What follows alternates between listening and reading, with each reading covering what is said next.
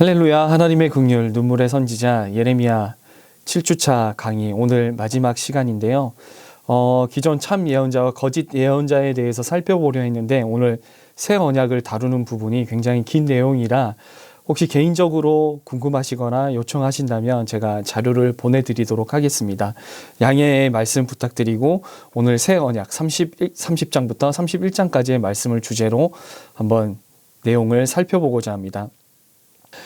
유다의 멸망은 피할 수 없는 일이었습니다. 유다 왕국을 중심으로 바벨론에 패망당하지 않으려 애를 쓰지만 유다의 멸망은 국력이 약화되었기 때문이 아니라 그들의 죄로 인한 하나님의 심판이기에 돌이킬 수 없었습니다.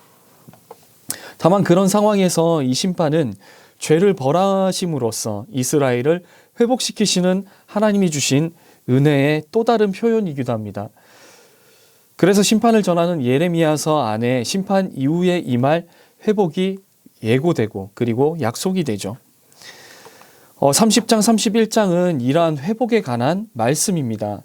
이 장들은 위로의 책이라는 별명을 갖고 있는데요. 이 본문의 마지막 부분은 심판 이후에 임할 새 언약을 다뤄서 위로의 본질이 무엇인지를 잘 보여주고 있습니다. 심판은 이미 정해진 일이죠. 사람들은 하나님의 은혜와 능력을 위기로부터 극복, 재난으로부터의 건지심으로만 생각하고 싶어하는 경향이 있습니다.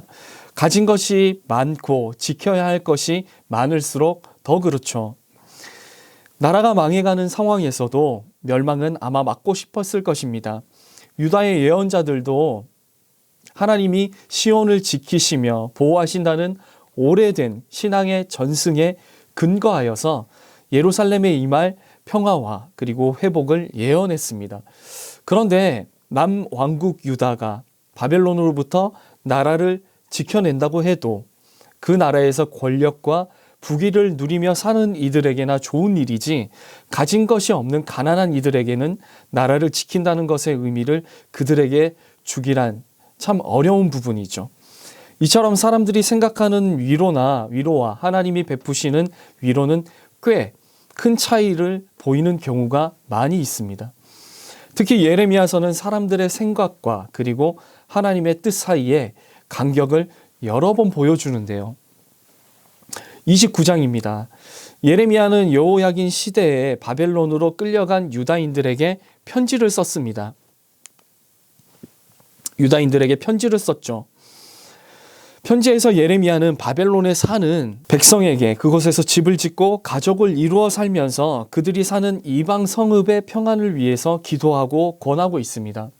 이는 바벨론에 살고 있는 상황을 일시적인 것처럼 여기지 말고 완전히 정착해서 눌러 살 것처럼 지내라는 의미입니다. 그에 비해 포로로 살고 있던 이들은 포로 생활이 곧 끝날 것이라고 말하였던 것 같습니다. 29장 24절 이하에 바벨론에 살고 있는 스마야라는 제사장에 관한 이야기가 나오는데요. 예레미야의 편지를 받고 스마야는 곧바로 예루살렘으로 전가를 보내어 예레미야처럼 말하는 이를 당장 감옥에 넣으라고 요구합니다. 스마야뿐만이 아니라 여러 제사장과 그리고 예언자들 그들도 바벨론 체류가 일시적인 것이며 하나님이 곧 그들을 돌이키시고 회복하실 것이라고 전합니다. 민족주의적인 정서와 결합한 이런 메시지들을 사람들은 너무나도 듣고 싶어 했습니다. 그러나 하나님은 그들이 내 이름으로 거짓 예언을 했다고 단호하게 선포하시죠.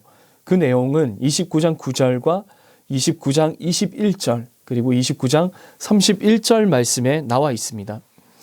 과연 하나님은 바벨론에 끌려간 포로들을 다시 돌아오게 하실 것입니다. 과연 하나님은 놀라운 회복의 역사를 이루실 것입니다. 그러나 그 회복은 하나님을 버린 백성에 대한 하나님의 심판이 있고 난 이후에 도래한다는 것이죠. 여러분이 아시다시피 이 포로의 기간은 70년입니다. 70년. 여기서 이 70년은 물리적인 시간이 아닐 수 있습니다. 이 7이라는 숫자가 구약에서 차지하는 이 위치를 생각할 때 70년은 하나님의 모든 온전하신 뜻이 이루어지는 시간을 상징한다고 할 수 있습니다. 교만하던 두로를 하나님께서 심판하셔서 그들이 70년간 잊혀졌다가 하나님의 새로운 역사를 경험하게 될 것이라는 본문도 이를 뒷받침하고 있죠. 이사야 23장 15절부터 18절까지의 말씀을 참고하시면 될 것 같습니다. 유다의 멸망이 기정사실임을 전하는 예레미야에 비해서 하나님이 보내지 않은 거짓 예언자들을 심판이 임하기 전에는 줄기차게 평화만을 전했습니다. 막상 심판이 목전에 다가왔을 때에도 현실을 직시하지 않고 오히려 헛되고 허황된 기대를 품도록 백성들을 이끌죠. 그리고 심판을 받아들이고 바벨론에 정착할 것을 권하는 예레미야를 핍박하기 위해서 편지까지 보내어 감옥에 넣으려고 한 것입니다. 거짓 희망과 그리고 거짓 평화에 대한 선포는 거짓 예언자들의 상징이었습니다. 비록 포로로 끌려가도 그 기간이 길지 않으리라 여기며 포로로 끌려온 이들에게 곧 돌아갈 것이라고 전했기 때문에 이런 점에서 이 거짓 예언자들은 현실에서 아주 긍정적이고 적극적인 모습을 볼 수 있습니다. 이들은 어디에서건 이렇게 긍정적으로 사고하고 긍정적으로 해석하려 했고 그것을 하나님의 뜻으로 여겼습니다. 그러나 이들의 이 거짓 평화의 선포로 백성들은 현실을 착각하게 되고 하나님의 진노를 가벼이 여기게 되면서 헛된 희망을 품고 살게 됩니다. 구약의 이 예언자들이 줄기차게 맞서 싸운 대부분은 이러한 거짓 희망과 거짓 기대였습니다. 실체가 있는 진리가 아닌 희망, 그리고 적극적인 사고, 긍정적인 사고는 하나님의 백성으로 하여금 현실을 오판하게 하고 회개를 가로막는 상황으로 만들어버린 것이죠. 이러한 사고는 하나님을 향해 탄식하고 항의하며 애통해야 하는 예레미야와 같은 신앙인들은 이해할 수는 없죠. 심판을 피할 수 없는 것이며 참된 희망은 심판 이후에 오게 될 하나님의 회복에 대한 기대에 있다는 것이죠. 예레미야건 그리고 거짓 예언자들이건 회복을 말하지만 현재 그들에게 임한 현실과 심판에 대한 직시 여부에서 그들 사이에서 극명한 차이점이 드러나게 됩니다. 하나냐가 예레미야의 목에 걸린 멍에를 꺾으면서 2년 안에 회복될 것을 예언한 것은 거짓이지만 하나님이 반드시 이스라엘의 멍에를 꺾으신다는 점은 분명한 사실이죠.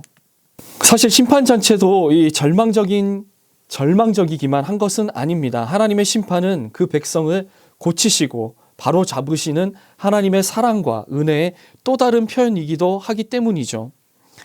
하나님은 사랑하시는 자녀를 훈계하며 정결케 하십니다. 그래서 심판을 줄기차게 선포한 예언자들일지라도 언제나 전면적인 심판 이후에 올 새롭고 찬란한 회복의 말씀을 함께 전하죠. 그래서 바벨론 포로들을 향해서 그 땅에 완전히 정착해서 살라고 권하는 예레미야의 편지는 하나님의 앞으로 베푸실 완전히 새로운 구원에 대한 약속의 말씀으로 이어집니다. 30장과 31장 말씀이 이를 보여주고 있는데요.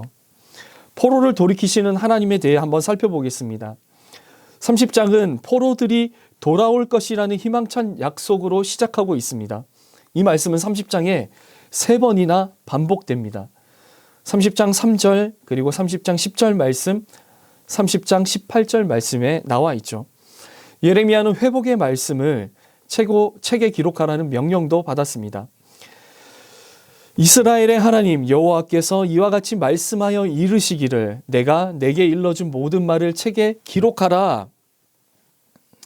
대체로 25장과 36장에서 보듯이 심판의 말씀이 이 책에 기록되어 있으나 30장은 회복에 관한 말씀도 책에 기록됨을 보여주고 있습니다. 말을 입에서 입으로 전하는 것이 기본이었던 고대 사회에서 기록된 내용이 확실하고 그리고 변치 않음을 보여주기 위함이었는데요.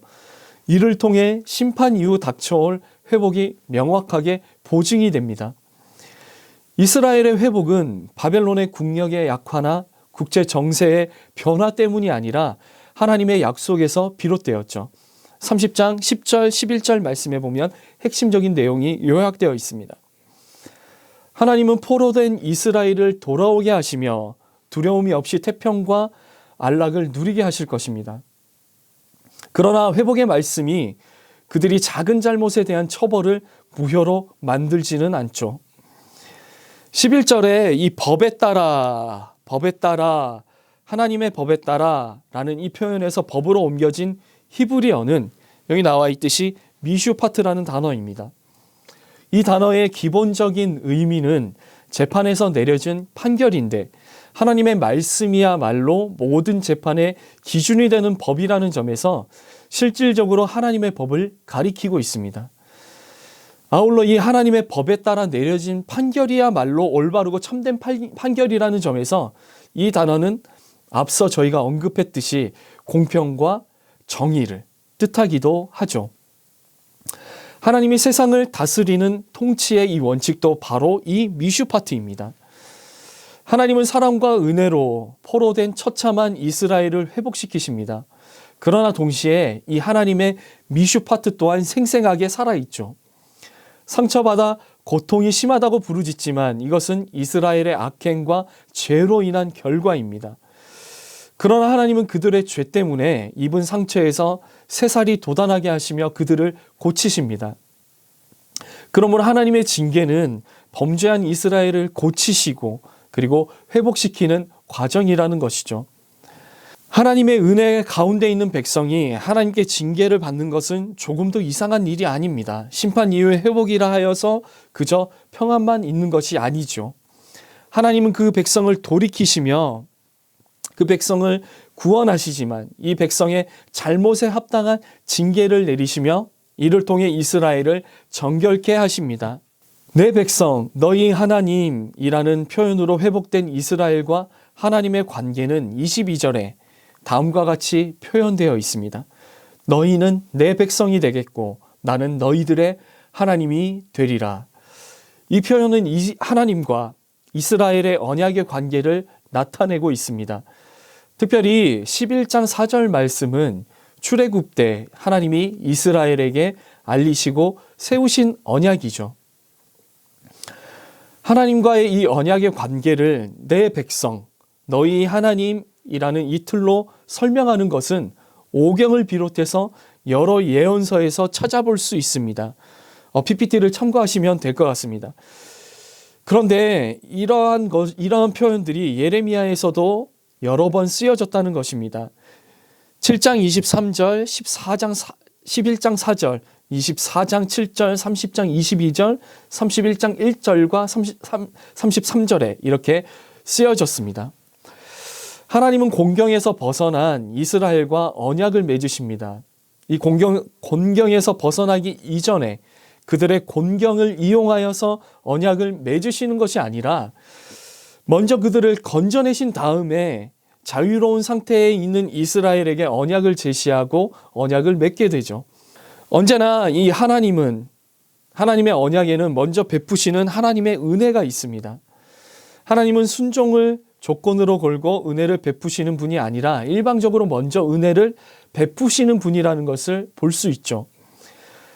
그러나 이 하나님은 거저 은혜만 베풀지 않으십니다. 건져내신 백성을 향해 언약을 제시하시면서도 이스라엘이 하나님의 규례와 법도 그리고 하나님께서 제시하는 길로 걸어갈 것을 제안하시죠. 그러므로 하나님과 이 인간과의 이 언약의 관계에서 제시되는 율법은 은혜와 구원을 얻기 위한 조건이 아니라 이미 얻은 구원과 그 은혜 위에서 하나님의 백성으로 살아가는 영광스러운 삶의 규례인 것입니다. 신약뿐만이 아니라 구약에서도 그 백성은 전적으로 하나님의 은혜로 구원을 얻으며 그들에게 주어진 말씀과 규례들은 하나님으로 모시고 그의 백성이 되어 살아가는 이들의 존귀한 삶의 내용을 제시하고 있는 것이죠. 하나님 백성의 삶은 하나님 한 분을 그들의 왕으로 모시고 살아가는 삶입니다. 그래서 내 백성, 너희 하나님이라는 관계는 하나님께서 다스리시는 나라, 즉 하나님의 나라와 그 안에서 살아가는 백성을 의미합니다. 결국 이 하나님이 그 백성에게 베푸신 은혜의 최종적인 목적은 바로 하나님 나라입니다. 종되고 포로된 백성을 찾으셔서 자유케 하신 것을 구속이라고 표현할 수 있다면 구속이 부르심의 전부는 아니겠죠. 애굽에서 종된 이들을 구속하신 이 하나님의 목적은 하나님 나라의 백성으로 살게 하기 위함이었습니다. 신약의 표현으로 하면 예수님을 믿고 의롭다 여김을 받은 것이 부르심의 전부가 아니라는 말이 되겠죠. 그것은 믿음으로 세상에 태어난 첫 걸음일 뿐이라는 것이죠. 예수님께서 우리를 부르신 이유는 우리로 하여금 거듭나기를 원하셨을 뿐만이 아니라 거듭난 인생들이 세상 가운데 주님의 자녀이자 제자로서 하나님 나라의 백성으로서 살아가기를 원하셨기 때문이죠. 예언서들은 내 백성, 너희 하나님이라는 표현을 자주 사용함으로써 이미 구원을 경험한 백성이 하나님의 부르심에 합당한 삶, 하나님 나라의 백성으로서의 삶을 살 것을 촉구하고 있습니다. 예레미야 30장 역시 포로된 이스라엘을 일방적으로 다시 돌아오게 하시고 회복하시는 하나님의 은혜를 확실하게 보여주고 있는데요. 이 회복의 목적은 내 백성, 너희 하나님의 이 관계를 위해서였습니다. 포로에서 돌아온다고 끝이 나는 것이 아니라 회복된 인생들이 하나님의 백성, 하나님 나라의 백성으로서 살게 하시려는 하나님의 뜻이 있는 것이죠. 하나님은 회복된 백성 가운데 세워질 영도자들을 일러줍니다. 30장 21절 말씀인데요. 그 영도자들은 그들 중에서 나올 것이요 그 통치자도 그들 중에서 나오리라. 내가 그를 가까이 오게 하리니 그가 내게 가까이 오리라. 참으로 담대한 마음으로 내게 가까이 올 자가 누구냐? 여호와의 말씀이니라. 이 구절은 하나님이 세우실 지도자의 가장 중요한 특징으로 하나님께 가까이 나아갈 것을 들고 있습니다. 여기에 쓰인 누구누구에게 가까이 나아가다라는 표현은 대개 제사장들과 연관해서 쓰입니다. 모세는 하나님께 가까이 나아간 인물이었습니다. 이처럼 백성 중에 하나님께 가까이 나아가는 자가 바로 영도자로 세워질 것이라는 것이죠. 사람들은 하나님의 부르심을 받고 하나님께 부름을 받고 붙잡히게 될까 봐 내심 두려워하는 마음이 있습니다. 그래서 하나님과 적당한 거리를 유지하려고 합니다. 하나님께 가까이 나아감은 자신의 마음을, 자신의 심장을 가지고 걸어가야 하는 일입니다. 자신의 삶을 내어놓았던 예레미야는 그런 점에서 하나님과 가장 친밀한 만남을 경험한 사람이라고 할 수 있겠죠. 그의 불평과 그의 항의, 탄식은 하나님께 내어놓은 그의 마음과 결부됩니다. 예레미야의 고백의 본문에서 발견하는 그의 깊은 탄식을 우리가 마음속으로 쉽게 이해하지 못하는 주된 이유는 예레미야처럼 우리의 삶 전부를 하나님께 내어놓지 않았기 때문임이 분명합니다. 31장은 출애굽에 관한 기억의 내용으로 시작합니다. 칼에서 벗어난 백성이 광야에서 은혜를 입었다는 것은 은혜를 얻었다는 31장 2절 말씀은 출애굽과 광야 시절을 염두에 둔 말씀입니다. 하나님이 출애굽과 그리고 광야를 통해서 그 백성을 인도하셨듯이 앞으로 다가올 회복의 날에도 그렇게 이스라엘을 회복하실 것입니다. 31장 1절 말씀입니다. 내가 이스라엘 모든 종족의 하나님이 되고 그들은 내 백성이 되리라. 이 말씀은 전형적인 언약의 어구이며 이 역시 출애굽 때와 연관이 됩니다. 출애굽 때의 이 언약의 회복은 사마리아 산에 다시 세워질 포도원에 대한 말씀으로 이어집니다. 31장 5절 말씀은 이러한 내용을 볼 때 31장의 중심적인 주제가 바로 이 북왕국의 회복에 있음을 알 수 있습니다. 7절부터 14절까지의 말씀은 하나님이 행하실 일에 대한 찬양입니다. 예레미야서의 첫머리부터 북쪽에서 임할 재앙이 예고가 되었고 하나님은 그 백성을 이제 북쪽 땅에서 인도해 내시며 땅끝에서 모으시죠.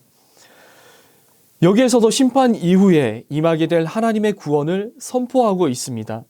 이들은 주의 백성, 이스라엘의 남은 자로 불리는데 이들 가운데는 맹인과 그리고 다리 저는 사람, 잉태한 여인과 해산한 여인이 함께 할 것입니다. 여기에 열거된 이들은 한 사회 내에서 가장 연약한 이들을 대표하죠. 구약은 곧잘 그 사회의 가장 취약한 집단을 열거함으로써 하나님의 구원의 온전함과 광범위함을 표현하곤 합니다. 여기에는 고아와 그리고 과부, 나그네 같은 이들이 있는가 하면 본문처럼 시각장애인이나 다른 신체적인 장애가 있는 사람들이 언급되기도 합니다. 하나님이 이스라엘을 다시 돌이키시는 그날은 이렇듯 한 공동체 내에서 한 공동체 내의 연약한 구성원 모두에게 하나님의 구원과 회복이 미치는 날이라는 것입니다. 그날에는 이들도 소외되지 않을 것이고 함께 큰 무리를 이루어 돌아올 것이라는 것이죠. 그리고 그들에게 하나님의 복, 직역하면 하나님의 좋은 것, 이러한 복들을 채워주실 것입니다. 참된 복은 가장 연약한 이들에게 어떤 변화가 일어나는가에 따라 판가름이 납니다. 이미 멸망을 당해서 산지 사방으로 이렇게 흩어져 버린 북왕국이지만 그들 역시 하나님의 회복과 그리고 구원의 경륜에 포함이 되어 있습니다. 예레미야가 남왕국 유다의 멸망기와 그리고 멸망 이후에 살았기에 하나님의 회복은 당연히 유다의 회복에 초점을 두고 계시지만 31장은 이 회복의 틀에, 그러한 회복의 틀에 북왕국 에브라임을 포함시켰습니다.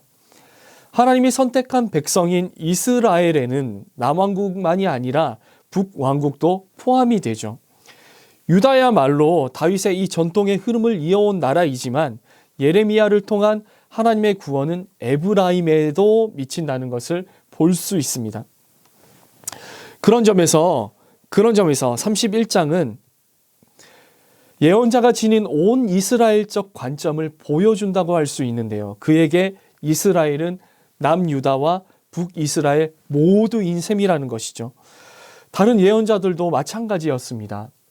예레미야와 비슷한 시기에 사역한 에스겔에도 하나님의 회복은 온 유다와 이스라엘의 연합이었죠. 에스겔서 37장 15절부터 17절까지의 말씀을 참고하시면 될 것 같습니다. 즉 연합된 이 회복이야말로 에스겔이 본 바 마른 뼈가 하나님의 큰 군대로 변하는 환상의 핵심적인 주제이죠. 아울러 예레미야 30장 1절부터 3절까지의 말씀, 이사야 9장 1절 말씀과 스가랴 8장 13절 말씀에서도 이 온 이스라엘적 관점을 저희가 볼 수 있는데요. 북왕국이 멸망한 후에 어떻게 되었는지를 역사적으로 정확히 알기는 어렵습니다. 아수르에 의해서 북왕국의 많은 주민이 다른 나라로 강제 이주를 당했고요. 아수르의 다른 식민지 주민들이 북왕국으로 이주해 오기도 했습니다. 자, 그로 인해서 북왕국 사마리아 지역에 살던 이들은 아마 인종이 이렇게 뒤섞였을 것이고 그래서 이들은 신약에서 사마리아인이라는 경멸적인 뉘앙스로 불리게 되죠. 이러한 정황을 볼 때에 북왕국에 대한 예레미야의 예언이 온전하게 성취되었다고 보는 것은 쉽지 않아 보입니다. 예레미야를 비롯한 여러 예언자들이 이렇게 흩어졌던 포로들의 영광스러운 회복과 새로운 건설을 전했지만 포로 귀환 이후 유다의 현실은 예언자들의 영광스러운 이상과는 거리가 멀었기 때문이죠. 사실 이 포로 귀환 이후에 쓰인 여러 글들은 영광스러운 이상과 그리고 비참한 현실 사이의 간격에 대해서 깨달음과 숙고를 배경으로 할 때라야 저희가 이해할 수 있는 부분입니다. 구약시대 때 사람들은 현실에서는 전혀 성취될 전망이 보이진 않지만 북왕국의 회복에 관한 말씀을 하나님이 정하신 진리로 알고 선포하고 보존하고 전달했습니다. 사실 하나님이 아브라함에게 주신 약속의 성취 또한 아브라함의 시대로부터 물경 이렇게 수백 년의 세월이 훌쩍 지나서야 성취된 것을 우리가 생각해 본다면 눈앞의 현실만을 보고 하나님의 뜻을 운운하는 것은 성경의 정신과는 멀다고 볼 수 있습니다. 하나님의 사람들은 현실과는 거리가 멀더라도 하나님이 주신 이상을 마음에 품고 선포하고 증언하는 사람들입니다. 세상에서 비현실적이라고 여길 만한 이상들, 돈으로 환산할 수 없고 돈이 되지 않는 이상들을 끝까지 품고 간직하고 확신하며 살아가야 한다는 것이죠. 이 예레미야의 북왕국 예언에 관한 이 숙보가 우리에게 알려주는 교훈은 사라진 민족에 대한 말씀이 여전히 선포되고 있다는 점입니다. 유다와 이스라엘은 대부분의 시기에 서로 앙숙이었고 전쟁도 여러 번 치렀죠. 열왕기서에서도 보듯이 북왕국 역사의 대부분은 하나님을 떠난 역사이며 우상 숭배로 인한 멸망한 역사입니다. 그럼에도 예레미야와 여러 예언자들에게는 온 이스라엘적 관점이 있었으며 그들이 예언하는 회복의 지향은 북왕국까지 포함한 온 이스라엘의 회복이라는 것이죠. 북왕국을 향한 하나님의 애절한 말씀을 전하고 있는 예레미야를 보노라면 이방인들의 사도로 부르심을 받았지만 동족 유대인을 향한 애끓는 마음을 감추지 못했던 바울이 떠오릅니다. 자, 31장을 읽을 때는 우리는 그리스도인으로서 북왕국 회복에 대한 이 말씀의 진정한 성취는 예수 그리스도를 통해 이루어졌음을 고백하게 되는데요.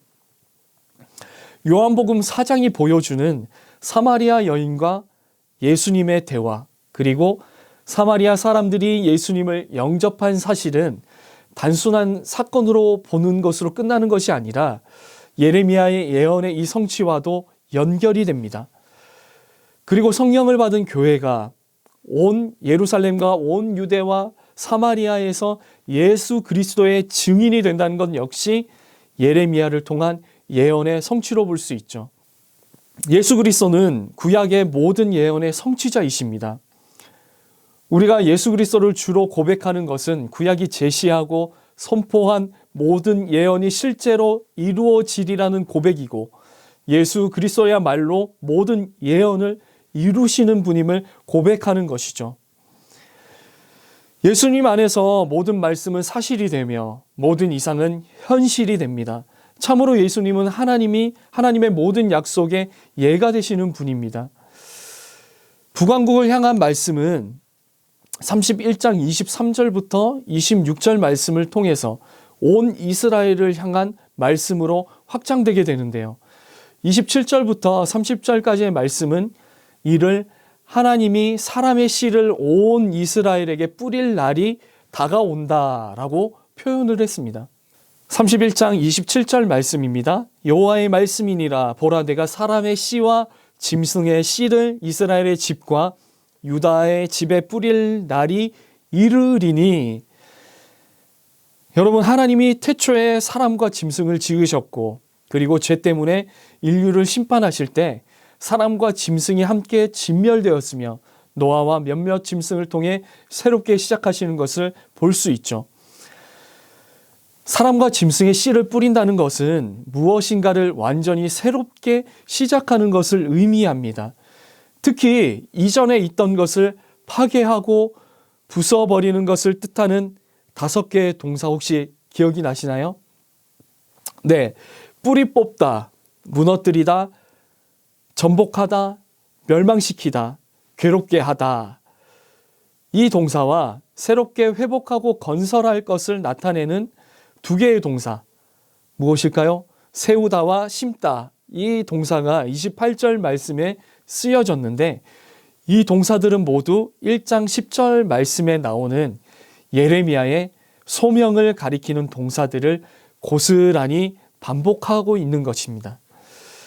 이러한 반복은 하나님의 회복의 약속이 이미 예고된 일이며 심판과 회복이 별개가 아니라는 것을 보여줍니다. 이 구절이 예레미야의 이 소명 기사와 연관되어 있다는 사실은 28절 말씀에 깨어서라도라는 2번 번역된 샤카드라는 라는 이 단어의 사용에서도 볼 수 있는데요. 이 동사는 1장의 소명기사에서 하나님이 그 행하실 일을 지켜보고 있다는 것을 나타내는 데도 쓰이고 있습니다. 자, 우리말로는 잘 드러나지는 않지만 31장 28절 말씀에서 파괴하고 부수는 일을 깨어 지켜보신 것은 이미 일어난 일이고, 회복할 일을 깨어 지켜보는 것은 아직 일어나지 않은 일로 표현되어 있어서 현재의 시점이 과거의 파괴와 그리고 미래 회복 가운데 놓여 있다는 것을 알 수 있습니다. 하나님은 예레미야를 통해서 명하신 모든 말씀을 단단하게 이렇게 지켜보시면서 이스라엘이 헛되이 의지하고 있는 것들을 완전하게 파괴하고 부수어 버리셨죠. 그렇지만 심판은 새로운 시작의 출발점입니다. 그 후에 하나님은 이스라엘의 회복의 역사를 단단하게 지켜보실 것입니다. 앞서 말씀드렸지만 회복은 단지 남왕국 유다만의 일이 아니라 온 이스라엘의 일이며 한 사람에게만 해당되는 것이 아니라 사람과 짐승 모두에게 임하는 일입니다. 여러분, 새로운 회복과 이 건설의 시대는 31절 이하의 말씀에 나오는 새 언약으로 구체화되는데요. 31절부터 34절에서 다룬 새 언약의 내용은 다음과 같이 구분이 됩니다. 31절 말씀은 새 언약의 선포입니다. 32절 말씀은 새 언약의 필요성과 옛 언약이 깨어진 것을 보여주고 있습니다. 33절 말씀은 새 언약의 내용을 포함하고 있습니다. 34절 말씀은 새 언약의 결과를 이야기하고 있습니다. 27절과 마찬가지로 31절에서도 이스라엘 집과 유다의 집이 언급이 되는데, 이제 맺을 언약을 온 이스라엘을 대상으로 한 전면적인 새 언약입니다. 여러분, 이 언약이 새로운 까닭을 이전에 맺은 언약과 같지 않기 때문입니다. 왜 같지 않냐면, 첫 번째, 옛 언약은 하나님의 백성들의 이 조상들과 맺은 언약으로 애굽 땅에서 이끌어내려고 하나님이 그들의 손을 잡았던 날에 맺었습니다. 이는 옛 언약이 출애굽 때 맺은 시내산 언약임을 가리키고 있죠. 두 번째로, 언약 당사자들의 언약의 준수의 여부에 대한 내용입니다. 이스라엘을 가리키는 그들이라는 대명사와 하나님을 가리키는 나는이라는 대명사는 이스라엘의 행동과 하나님의 행동을 확연하게 대비시키고 있죠. 이스라엘은 언약을 깨뜨렸지만 하나님은 그들의 무엇이 되셨죠? 맞습니다. 남편이 되셨죠. 하나님과 이스라엘의 관계가 결혼으로 표현되는 것은 이미 2장에서 저희가 살펴봤습니다. 이스라엘의 이 광야 시절은 어떻게 표현이 되었나요? 내 결혼 때, 그러니까 너희가 결혼했을 때라는 것으로 표현이 되었습니다. 31장 32절 말씀과 동일한 표현이 3장 말씀에도 쓰이게 되는데요. 나는 너희의 남편임이라 하나님이 이스라엘과 결혼하시며 그들의 남편이 되셨으나 정작 이스라엘은 그 언약을 깨뜨려 버렸죠. 언약의 주관자는 하나님이신데 정작 이스라엘에 의해서 언약이 깨져버렸다는 당혹스러움이 바로 이 32절 말씀에 담겨져 있습니다. 그들은 하나님의 백성이 되고 하나님은 그들의 하나님이 되신다는 것이 이 언약의 내용이지만, 이 백성은 남편 대신 하나님을 버리고 다른 신들을 뒤쫓아가 버렸습니다. 옛 언약을 표현하는 이 단어 가운데 손을 잡고라는 표현은 출애굽을 다루는 구약의 다른 본문들에서는 찾아보기 어려운 아주 독특한 사고라고 볼 수 있습니다. 손을 잡고 이끄시는 하나님, 남편이 되시는 하나님, 이러한 친밀함에도 불구하고 이스라엘은 하나님을 거역했습니다. 이러한 내용들은 여러분이 아시다시피 끊임없이 반복이 되고 또 반복이 되죠. 구약에 나타난 하나님과 이스라엘의 관계는 강렬합니다. 구약에서 이상적인 이스라엘의 모습은 좀처럼 찾아보기 어렵습니다. 그들은 끊임없이 하나님을 거역하고 불신하고 배반합니다. 그럼에도 이스라엘이 진멸되지 않은 것은 전적으로 하나님의 신실하심과 자비하심과 하나님의 은혜 때문이죠. 하나님은 패역한 이스라엘을 다시금 용서하시고 부르시고 정결케 하십니다. 지금 저희가 다루고 있는 새 언약은 남편이 되신 하나님을 버리고 떠나버린 이스라엘을 향해 하나님이 일방적으로 맺으시는 언약입니다. 예루살렘의 멸망이라는 점에서 다윗의 언약의 실패이지만 약속의 땅에서 쫓겨나게 된다는 점에서 출애굽 언약의 실패가 새 언약이라는 등장에 보다 큰 맥락에 서 있는 것을 볼 수 있습니다. 그렇다면 옛 언약의 이 주된 내용은 하나님의 특별한 사랑 공경에서 건지신 하나님 남편으로 동행하심 등인데, 새 언약은 그렇다면 어떠한 점에서 옛 언약과 다른 모습을 보일까요? 그 차이점은 무엇일까요? 먼저 이 새 언약은 이스라엘의 어떠한 요구도 하지 않으시고 하나님의 일방적인 행동으로 이루어지는 것을 볼 수 있습니다. 또한 옛 언약과 다른 새 언약의 가장 중요한 점은, 이거 잘 기억하셔야 되는 건데요, 하나님의 법, 즉 토라가 기록되는 공간입니다. 하나님의 말씀은 돌판에 기록되었으나 유다가 저지르는 죄들은 금강석 끝 철필로 마음판에 기록되었다는 말씀이 17장 1절 말씀에 기록되어 있습니다. 여러분, 이제 이 맺어질 새 언약에서 하나님은 돌판에 새겨졌던 이 하나님의 법을 이제는 이스라엘의 마음에, 그들의 마음 속에 기록하신다는 것이죠. 이를 통해서 하나님은 그들의 하나님이 되시고 그들은 하나님의 백성이 됩니다. 내 백성, 너희 하나님의 이 관계는 예레미야서에서 여러 번 언급되었으며 7장 23절과 11장 4절 말씀에 따르면 이러한 관계는 이스라엘이 애굽 땅에서 나오던 날에 하나님이 그들과 맺은 언약의 결과라는 것입니다.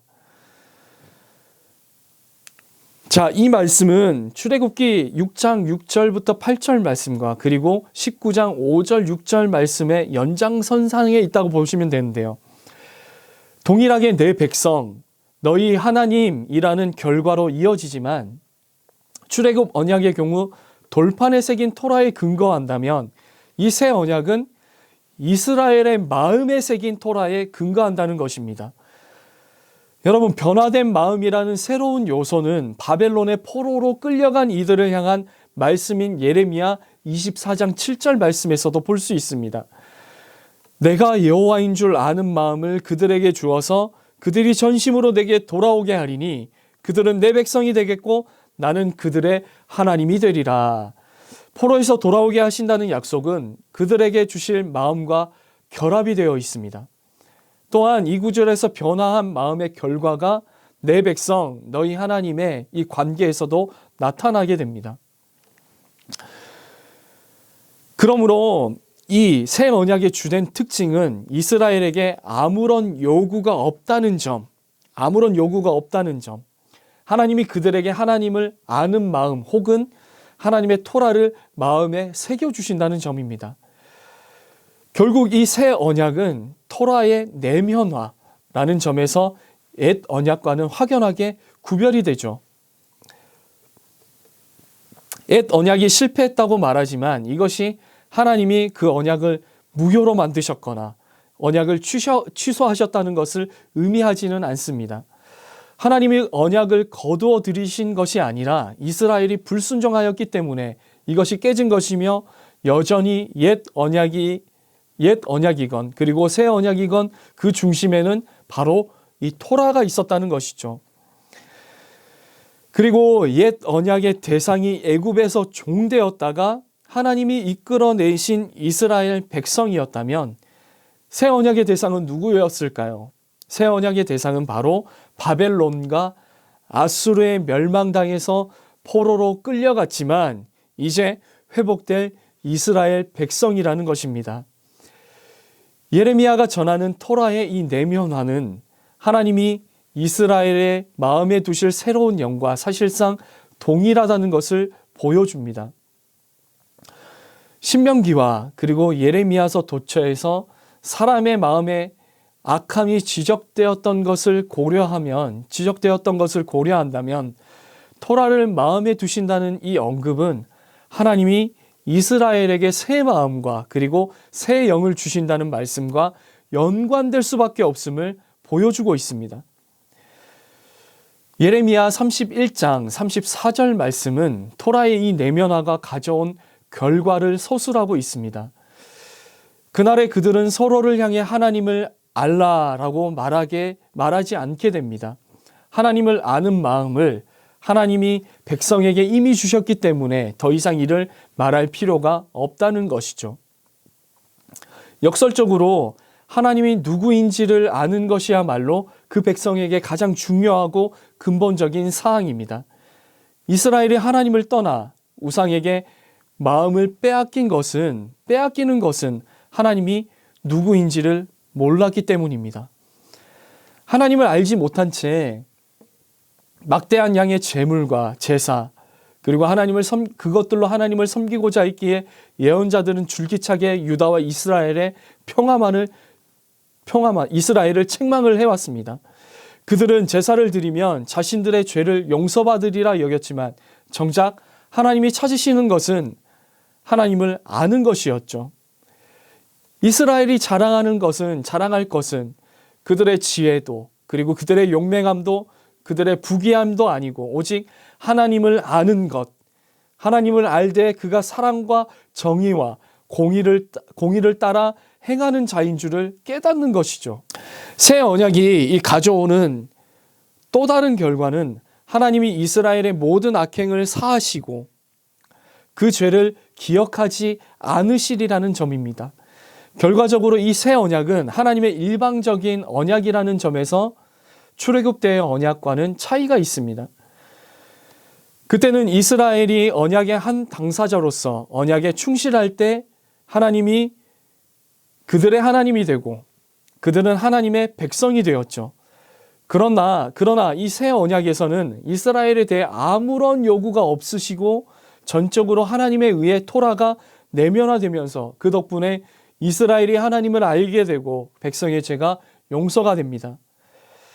또한 옛 언약에서 언약의 혜택으로 땅과 번영을 약속받은 데 비해서 새 언약의 결론이 이 죄 용서라는 점은 확연하게 구별이 되죠. 죄 용서는 이전에 모세 언약 혹은 출애굽 언약에서 볼 수 없었던 바 이스라엘과 하나님 관계의 새로운 측면입니다. 심판을 경험한 백성들을 향해 하나님은 일방적으로 회복과 사죄를 선포하십니다. 그래서 그들이 겪은 심판이라기보다는 그들을 용서하시고 회복하시기 위한 하나님의 사랑이라고 할 수 있죠. 그런데 이 새 언약과 옛 출애굽 언약에도 공통점은 있습니다. 두 언약 모두 노예 혹은 포로된 이스라엘과 맺은 언약이고 여전히 그 중심에는 토라가 있다는 것이죠. 그리고 그 언약의 결과는 내 백성, 너희 하나님이라는 것입니다.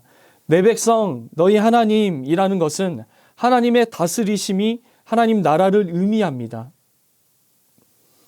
하나님 나라의 백성으로 토라를 준행하며 살아가는 삶은 새 언약에서도 여전히 중심을 차지하고 있는 것이죠.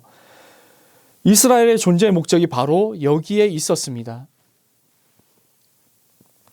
포로에서 귀환하는 백성을 향해 내 백성, 너희 하나님의 이 언약의 관계가 선포되는 것은 32장 37절 38절 말씀에서도 볼 수 있는데요. 쫓겨난 백성을 향해 그들을 다시 돌이키시며 관계의 회복을 선포하신 하나님은 이들에게 한 마음과 그리고 한 길을 주실 것이며 하나님을 경외하는 마음을 그들의 마음에 두실 것입니다. 이 본문에서도 역시 하나님을 경외하는 것을 하나님이 백성의 마음에 두실 것이라고 선언되었습니다. 그중 41절 말씀은 주목할 만한데요. 32장 41절 말씀입니다. 내가 기쁨으로 그들에게 복을 주되 분명히 나의 마음과 정성을 다하여 그들을 이 땅에 심으리라. 마음과 정성을 다하여 같은 이 어구는 흔히 하나님께서 이스라엘에게 명하실 때 사용하시던 표현입니다. 하나님과의 언약을 위해서 이스라엘에게 마음을 다하고 뜻을 다하여 하나님을 사랑하고 순종하고 청종하라고 요구했는데, 놀랍게도 하나님이 하나님의 마음과 하나님의 뜻을 다하여 이스라엘을 그 땅에 심으시죠. 이스라엘의 이 포로됨은 하나님의 새롭고도 놀라운 구원 사역의 시작이었습니다. 바벨론 포로는 이스라엘과 하나님 관계에서 결정적인 사건입니다. 아담과 하와의 이 범죄가 하나님과 인간과의 이 관계의 변화를 가져온 첫 사건이었다면, 노아의 이 홍수와 바벨탑 사건은 온 인류에서 한 사람 아브라함으로 초점이 바뀐 사건이라 할 수 있죠. 온 인류를 상대로 구원과 심판을 행하시던 하나님은 이제 한 사람 아브라함과 그의 후손을 통하여서 인류를 위한 그의 구원의 계획을 이루어 가십니다. 이제 바벨론 포로 사건 역시 근본적인 변화를 초래한 중대한 사건이라 볼 수 있는데요. 바벨론 포로 이전의 이스라엘과 하나님의 관계는 기본적으로 쌍방의 이 언약의 관계였습니다. 이스라엘이 하나님의 규례를 지켜 행함으로 그의 백성이 되고 하나님은 그들의 하나님이 되시죠. 그러나 이스라엘은 하나님의 요구를 실천하지 않았고, 이스라엘의 범죄, 하나님의 심판과 회복의 끊임없는 반복이 이스라엘의 역사였습니다. 하나님이 말씀하시고 이스라엘이 듣는 방식은 이스라엘 때문에 근본적으로 실패하고 말았죠. 바벨론 포로는 하나님의 긍휼하심에도 불구하고 이스라엘이 하나님을 떠나버린 데 대한 심판의 결정판이라고 볼 수 있습니다. 하나님은 약속으로 주신 그 땅에서 그들을 뽑아버리셨고, 약속으로 주신 다윗의 후예를 왕자에서 치워버리셨으며, 하나님의 이름을 두신 성전을 회파하셨습니다. 바벨론 포로 이후 하나님과 이스라엘의 이 언약의 관계는 근본적으로 바뀌었습니다. 하나님은 새롭게 심으시고 또 새롭게 세우셨습니다. 이스라엘의 이 언약의 의무 이행의 여부와 상관없이 일방적으로 하나님의 죄의 용서와 은혜가 선포되며, 하나님은 이스라엘의 속마음에 친히 그의 법을 기록하시고 그를 경외하는 마음을 두셔서 하나님을 알게 하시고 그 말씀대로 살아가게 하실 것입니다.